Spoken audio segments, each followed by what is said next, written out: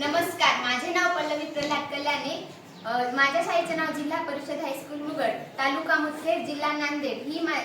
मी इयत्ता 8वीत शिकते. ही माझी टीममेट आहे. नमस्कार, माझे नाव अक्षरा राजमंगल आहे. आमच्या टीमचं नाव मिशन 101 आहे. आम्ही निवडलेल्या समस्येचं नाव आहे गणपती विसर्जन. मी तुम्हाला आमच्या समस्येबद्दल माहिती सांगणार आहे. आपण नेहमीच पाहतो की जेव्हा आपण गणपतीचं विसर्जन करतो त्यानंतर 2-4 दिवसांना आपल्याला गणपती नदीच्या कडेला मोडक्या अवस्थेत दिसतो. त्यामुळे आपल्या देवाचा अनादर झाल्यासारखी भावना आपल्या मनात निर्माण होते. त्यामुळे मला ही समस्या जाणवली आणि मी त्याच्यावर काही विचार केले. आपण गणपतीचं विसर्जन नदीच्या कडेला करतो त्यामुळे मला ही समस्या जाणवली आहे.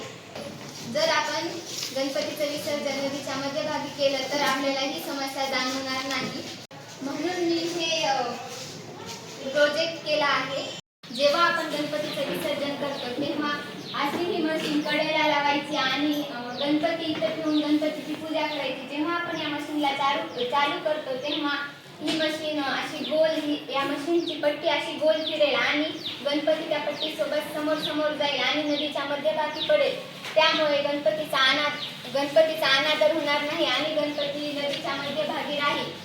पाणी जास्त असल्यामुळे गणपती लवकर विघळेल आणि आपल्याला मध्यभागी पडल्यामुळे मोडका तोडका गणपती दिसणार नाही आणि आपली धार्मिक अनावस्था होणार नाही. वेळ कमी असल्यामुळे याची प्रतिकृती मला दाखवणं झाली नाही, त्यामुळे मी तुम्हाला चित्रातून स्पष्ट करत आहे. धन्यवाद.